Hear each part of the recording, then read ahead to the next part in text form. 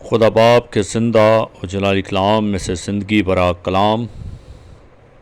مکاشفہ کی کتاب اس کا 11واں باب 13 سے 19 آیت مبارکہ تک۔ پھر اسی وقت ایک بڑا بونچال آ گیا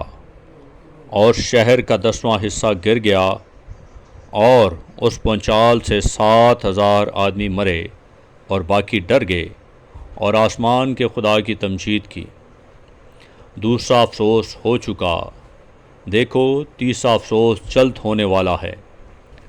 ساتواں نرسنگا۔ اور جب ساتویں فرشتے نے نرسنگا پھونکا تو آسمان پر بڑی آواز اس مضمون کی پیدا ہوئی کہ دنیا کی بادشاہی ہمارے خداوند اور اس کے مسیح کی ہوگی، اور وہ ابدالآباد بادشاہی کرے گا۔ اور 24 بزرگوں نے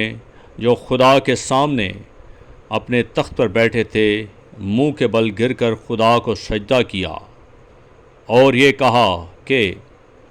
اے خداوند خدا قادر مطلق جو ہے اور جو تھا، ہم تیرا شکر کرتے ہیں کیونکہ تو نے اپنی بڑی قدرت کو ہاتھ میں لے کر بادشاہی کی، اور قوموں کو غصہ آیا اور تیرا غضب نازل ہوا، اور وہ وقت آ پہنچا ہے کہ مردوں کا انصاف کیا جائے، اور تیرے بندوں نبیوں اور مقدسوں اور ان چھوٹے بڑوں کو جو تیرے نام سے ڈرتے ہیں اجر دیا جائے، اور زمین کے تباہ کرنے والوں کو تباہ کیا جائے۔ اور خدا کا جو مقدس آسمان پر ہے وہ کھولا گیا، اور اس کے مقدس میں سے اس کے عہد کا صندوق دکھائی دیا، اور بجلیاں اور آوازیں اور گرجیں پیدا ہوئیں، اور بونچال آیا اور بڑے اولے پڑے۔